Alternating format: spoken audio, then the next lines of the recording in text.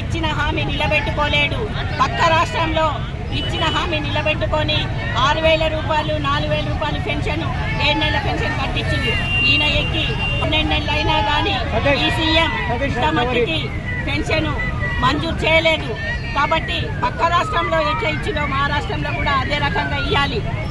ఓటెక్ వేసేటప్పుడు 5 హామీలు ఇచ్చిండు, ఏ హామీ నిలబెట్టిండు? ఇంటింటికి ఆడపిల్లలకి 2,500 నేను ఇంటింటికి ఇస్తా అన్నాడు, ఎక్కడిచ్చిండు? అదే మరి ఉచిత బస్ పాసులు అన్నాడు, వికలాంగులకు ఉచిత బస్ పాసులు ఉన్నాయా? రాజకీయంలో మాకు కావాలి, రాజకీయంలో మేము కూడా భాగస్వామ్యం కావాలి.